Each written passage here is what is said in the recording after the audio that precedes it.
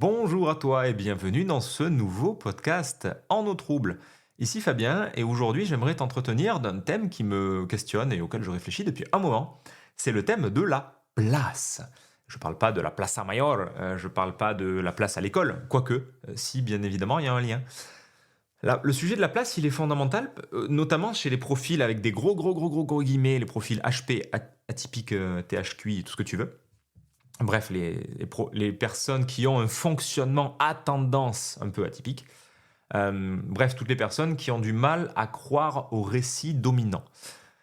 Parce que du coup, dans le récit dominant, toute chose a sa place. Effectivement, il y a dans la société, il y a le médecin, il y a le boulanger, il y a le prof, il y a tous les archétypes en fait. Il y a tout qui fonctionne, il y a tout qui est rangé, il y a tout qui est ordonné. C'est un peu comme tu fais la vaisselle et puis tu ranges voilà, les fourchettes avec les fourchettes, les couteaux avec les couteaux, les cuillères. Toute chose est à sa place. Ok. Bon, ça c'est dans le joli monde de Bleu. Je te renvoie à la vidéo sur la spirale dynamique qui est peut-être parue au moment de ce podcast, ou sinon tu restes à l'affût, ça sera bientôt publié. Simplement, dans ce monde de Bleu, donc CF la spirale dynamique, je te mettrai de toute façon, enfin non, je peux pas te mettre un lien en description de ce podcast, donc tu iras voir sur épanescence, spirale dynamique, tu vas voir Bleu. Bleu, bref, on est dans un monde normé, on est dans un monde de la société, où il y a le bien, où il y a le mal, où il y a tout qui est ordonné. Bleu fait suite à rouge. Rouge, c'était les empires, c'est la violence, c'est la domination, c'est la naissance de l'ego, du soi séparé, du soi qui veut dominer, prendre le pouvoir et étendre ses frontières. C'est un peu un stade de toute puissance. Dans Bleu, on veut contrôler et apaiser les tensions pour pouvoir construire collectivement quelque chose et vraiment, comment dire, sacrifier et réprimer toutes les pulsions de l'humain. Ainsi, l'ordre va permettre de contenir le chaos. Et donc, pour Bleu, c'est super important que chaque chose soit à sa place. En effet, tu constateras aujourd'hui que il y a cette bien-pensance qui est extrêmement présente et qui déteste, qui exècre ce qui n'a pas d'étiquette. Si tu discutes avec des personnes qui sont dans ce niveau de conscience bleue, ça se voit assez rapidement, puisque si c'est des personnes que dès que tu amènes un petit peu de nuance dans la discussion et que tu dis non, mais moi je ne suis pas de gauche, alors tu es de droite. Il y a cette vision extrêmement binaire, cette vision dichotomique du réel où si tu n'es pas d'un côté, tu es de l'autre. C'est la logique un peu aristotélicienne de si tu es A, tu n'es pas non A, quoi. Donc si t'es pas de gauche, t'es de droite. Si t'es pas chrétien, alors t'es musulman ou juif. Si t'es pas ou t'es athée. Enfin, dans tous les cas, t'es dans une case.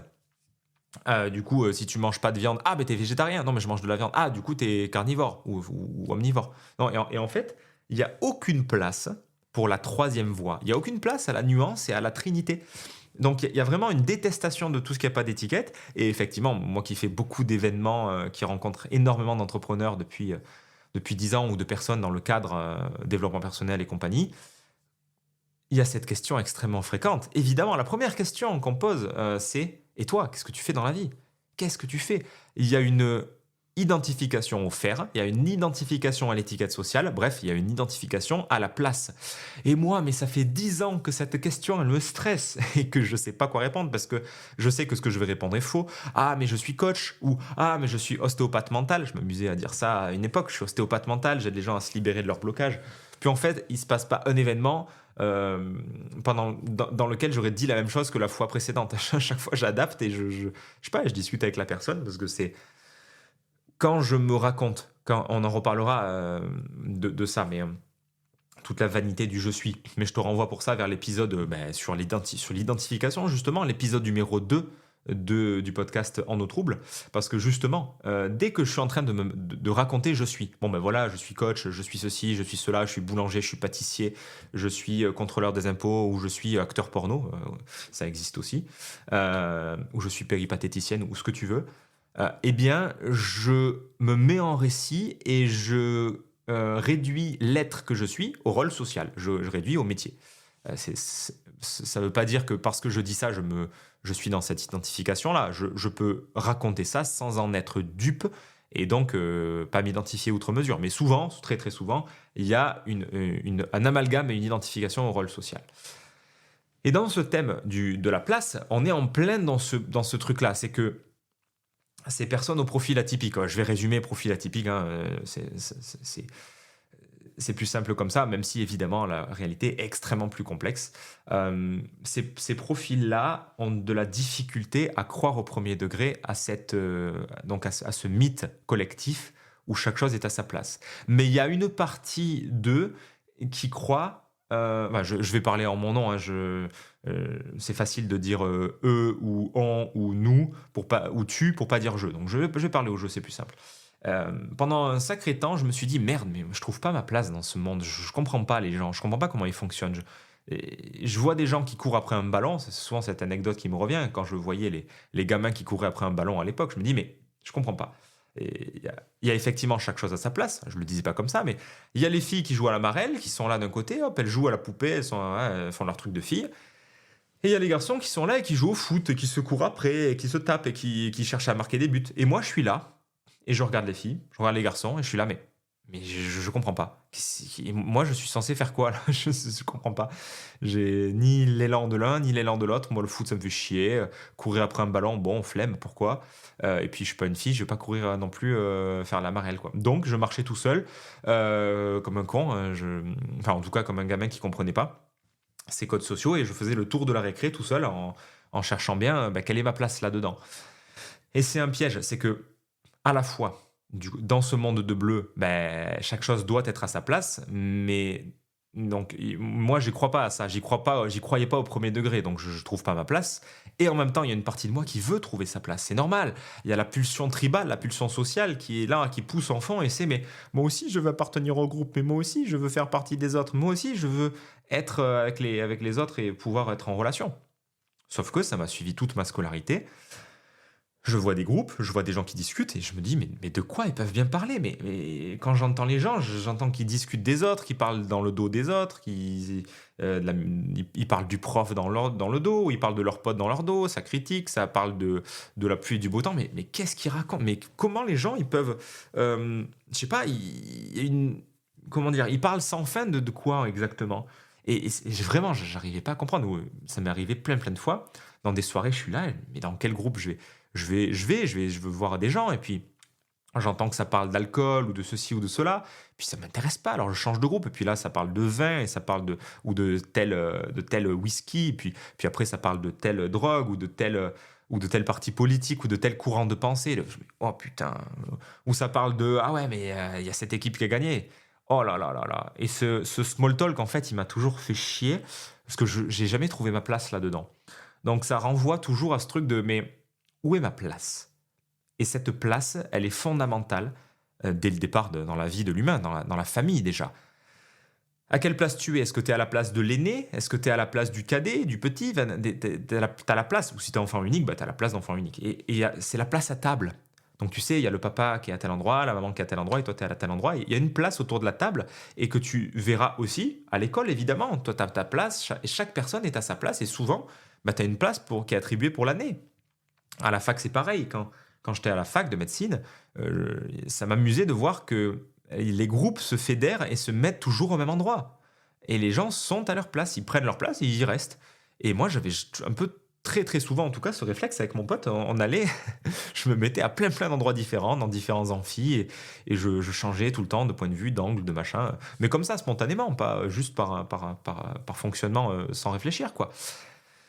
Donc il y a ça, il y a la place à table, il y a la place dans la famille, il y a la place dans la hiérarchie sociale, comme on en parlait, avec ton métier, ton truc, ton rôle social. Et voilà, toutes les expressions qui sont évocatrices, hein, reste à ta place, ce mot n'est pas à sa place, tout ça c'est des thèmes de bleu, et je fais partie de ces personnes, et il y a beaucoup de personnes, enfin, pour pas dire toutes les personnes qui viennent à moi, qui ont aussi ce problème de place, parce qu'ils cherchent leur place dans un monde où ils n'ont pas de place. C'est tout un... Si tu veux, il y a une double contrainte à cet endroit-là. Ça crée une dissonance cognitive très désagréable où je ne trouve pas ma place. Factuellement, je n'ai pas ma place dans ce monde. Et en même temps, je veux trouver ma place. Donc, il y a une dissonance permanente qui crée un flux tendu, une tension interne qui est insolvable ou qu'on ne peut pas résoudre. C'est un dilemme permanent. Et en fait, la solution, elle est simple. C'est juste de dire que c'est un faux problème. C'est quoi ce sujet de place? Ça veut dire que tu dois t'asseoir sur la place numéro 69 et ne jamais en bouger? C'est ta place, c'est comme ça, toi, tu es boulanger. Sauf qu'on constate de plus en plus dans notre monde moderne, avec les multipotentiels, avec les slasheurs, avec les gens qui ont plusieurs passions, plusieurs métiers qui changent comme ça de métier comme de chemise. Alors, c'est aussi un mécanisme de défense pour pas s'engager dans une voie et bref, on en reparlera plus quand on parle d'entrepreneuriat et de mécanismes de fuite pour pas réussir vraiment son business. C'est aussi un très très bon mécanisme pour jamais s'engager et pas vraiment réussir et rester tapis dans l'ombre. Ça aussi, je connais très bien. Mais en tant que tel, c'est juste pas, c'est pas vraiment, c'est un faux sujet. C'est un faux sujet cette histoire de place parce que tu peux pas résoudre ce thème-là au niveau de bleu. C'est-à-dire que quand tu es au-delà de ce niveau sociétal, quand tu réfléchis au-delà et que tu as une vision plus fine, plus nuancée, que tu es beaucoup plus présent à ta réalité, en fait, quand tu es présent quand tu es plus présent à ta réalité que aux mythes sociaux, aux mythes collectifs, bah, tu vois cette dissonance. Tu ne peux pas forcément mettre les mots dessus, tu peux te sentir très mal à l'aise avec ça, mais tu sens une dissonance et tu n'y crois pas au premier degré. Donc, comme tu n'arrives pas à y croire, tu ne trouves pas ta place et tu te dis que tu as un problème. Et tu n'as pas un problème. C'est juste que tu es moins capable de croire au premier degré sans remettre les choses en question. Est-ce que c'est une question de QI? Probablement, entre autres. Est-ce que c'est une question de niveau de conscience de la spirale dynamique? Très certainement, clairement. Est-ce que c'est une question d'environnement? C'est fort possible aussi. Est-ce que c'est une question de génétique, d'énéatype? Peut-être aussi. C'est évidemment multifactoriel. En tout cas, le constat est que tu veux prendre ta place dans un monde où tu vois bien que tu n'as pas ta place. Parce que place, c'est un mot qui est mal choisi. Imagine-toi que tu es dans une savane, tu es dans la forêt, tu es en pleine nature. C'est quoi cette idée de place? Il n'y a pas de place dans la nature. La vie est mouvement, la vie est dans un flux continu, le lion, la gazelle, les arbres, les champignons, il y a l'eau, la rivière, les cailloux, le ciel, la pluie et les humains au milieu. Et la place, c'est une tentative de cristalliser qui tu es à l'instant T dans un rôle et dans une case bien déterminée où tu sais voilà ce que tu vas faire demain, après-demain, après-après-demain. Et c'est une quête quelque part de sécurité, une vaine quête illusoire de sécurité. De te rassurer, de dire ah c'est bon, ah ouf, ça y est, c'est là ma place. Et tu arrêtes de penser et du coup tu arrêtes de ressentir. Parce que si tu es à l'écoute de tes tripes, si tu es à l'écoute de ton être à l'instant T, à un moment donné, peut-être que tu vas avoir envie d'écrire des articles, comme moi. Puis l'espace d'après, tu vas avoir envie d'écrire un livre. Puis après, tu auras écrit ton livre, tu l'auras publié, puis ça va te saouler, tu vas dire ah putain, je vais faire un spectacle, je vais m'amuser, ah ouais, je vais aller dans l'humour. Et puis après, tu vas aller. Mais bien sûr qu'il peut y avoir un fil rouge là-dedans. Évidemment, quand j'accompagne des entrepreneurs à développer leur activité selon leur personnalité, selon leur subjectivité, pour entreprendre vraiment sans sacrifice, sans sacrifier leur individualité, sans sacrifier leur personnalité, évidemment qu'il y a un fil rouge. Évidemment que tu n'as pas envie de tout faire. Tu n'as pas forcément envie de faire du pain, de couper du bois et de parler en public. Même si, encore une fois, il peut y avoir un mécanisme de défense pour se perdre dans plein de directions différentes sans jamais s'engager vraiment. C'est aussi une possibilité. Mais de base, la vie non contrainte, elle va là où ça lui chante. Elle va là où c'est vivant. La vie va là où c'est vivant. C'est un peu comme le cours d'eau, si tu veux. Il y a l'eau qui coule en haut de la montagne. L'eau, elle suit là où il y a la gravité, là où la gravité l'emmène. Et finalement, ça finit par faire un ruisseau, puis une rivière, et ainsi de suite, et ça creuse le sillon. Mais tu vois bien que l'eau, à chaque fois qu'elle coule, au début, alors quand ça déborde, l'eau va creuser d'autres sillons, mais fondamentalement, il y a un sillon qui va être creusé par l'eau. Là où la vie l'emmène, là où la gravité, donc la vie, puisque la gravité c'est une loi de la vie, là où la gravité emmène l'eau va. Et de la même façon, si je suis suffisamment à l'écoute de moi, et c'est un travail de tous les jours et de même tous les instants qui n'est pas toujours facile, en même temps c'est simple mais ça n'est pas facile puisque nous avons bon nombre d'injonctions à ne pas nous écouter, quand je suis suffisamment présent à moi, j'écoute la vie en moi et alors je sais où l'eau coule. Et en cet instant, pour moi, des fois, l'eau coule. Quand l'eau coule, j'ai envie de couper du bois. Quand l'eau coule, comme là, j'ai envie de tourner un podcast et j'en ai tourné 2 d'affilée, alors que d'habitude, je fais pas ça.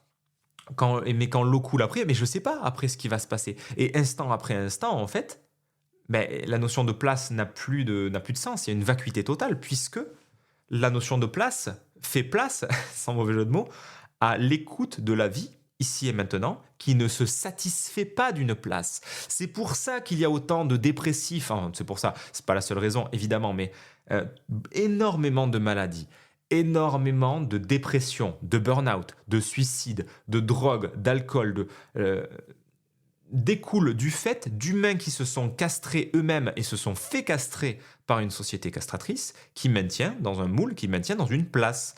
Sauf que quand tu passes ta vie à être dans un rôle qui ne te convient pas, comptable, secrétaire, boulanger ou je sais pas quoi, et qu'au début peut-être ça te plaît, mais qu'en fait tu restes à ta place parce qu'il y a un biais d'engagement et cohérence, on en reparlera dans un autre podcast, des mécanismes de persuasion de Robert Cialdini.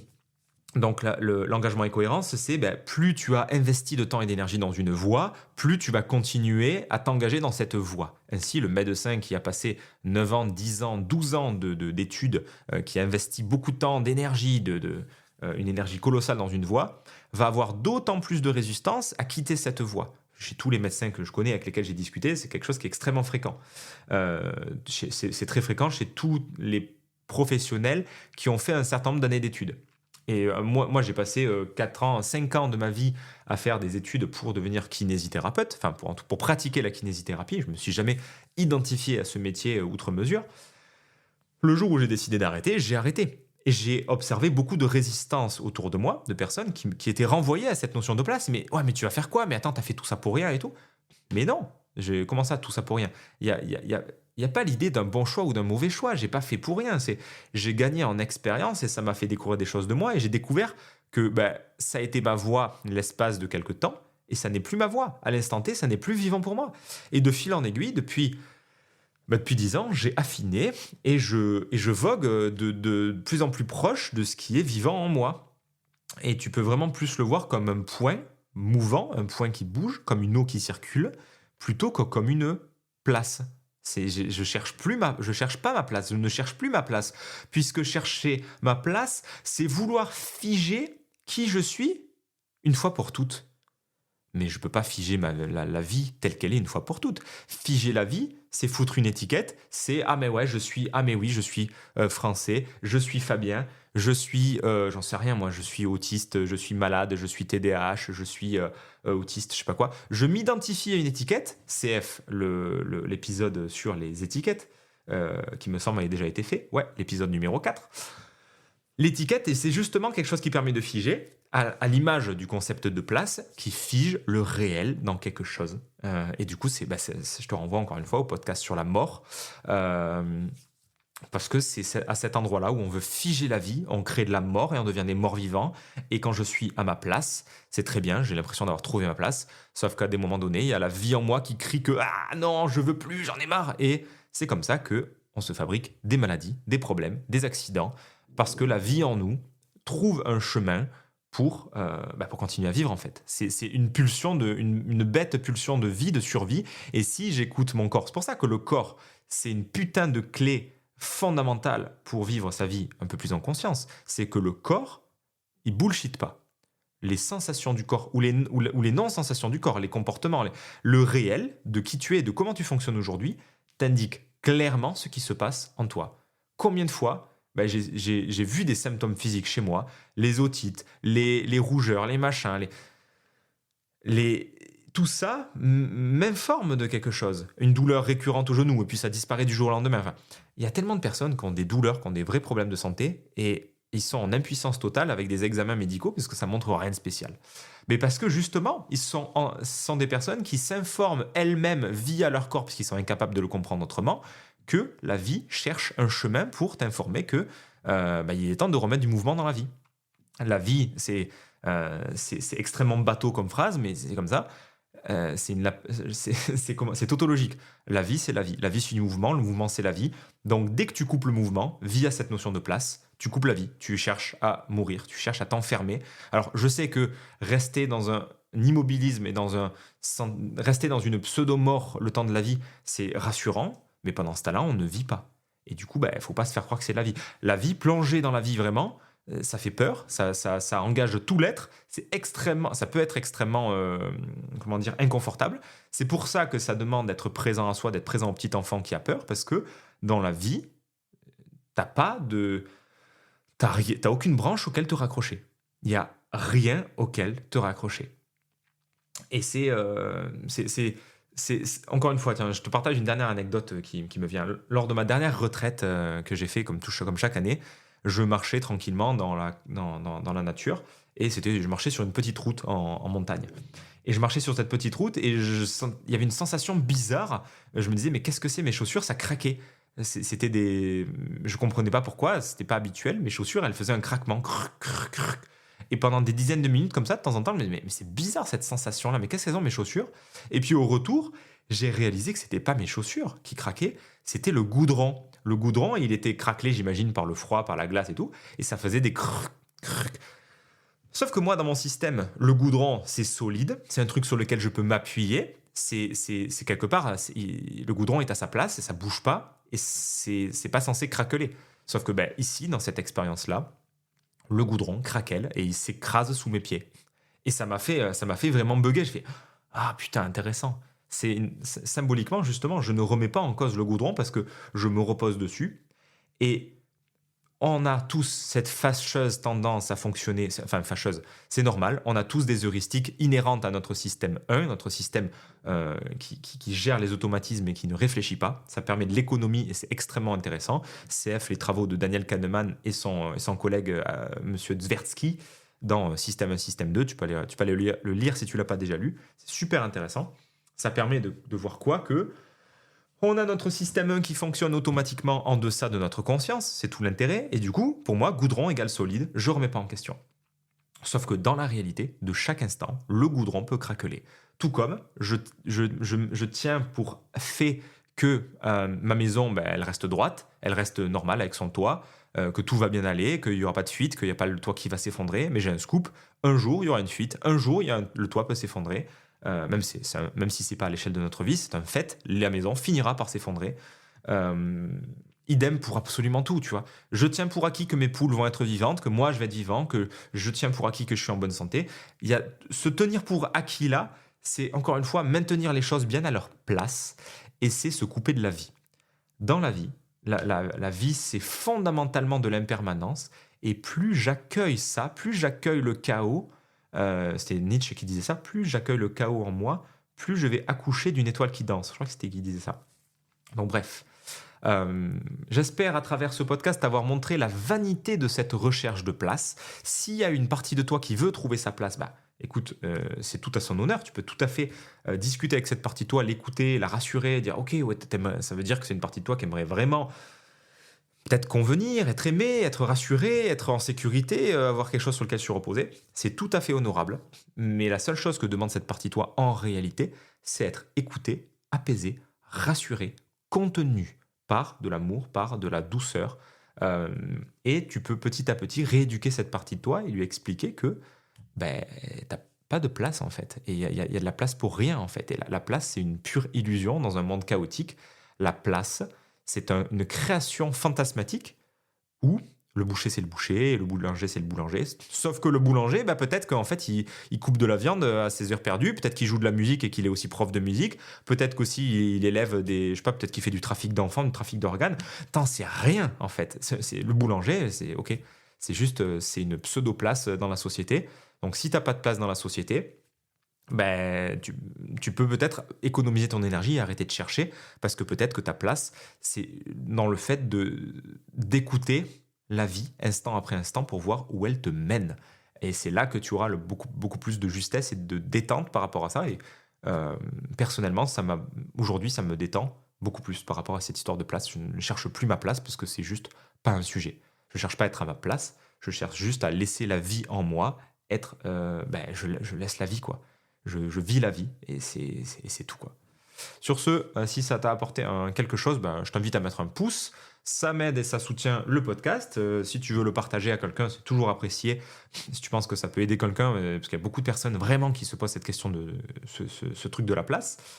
Et puis, ben, c'est tout. Je te souhaite une belle journée et à bientôt dans un prochain épisode.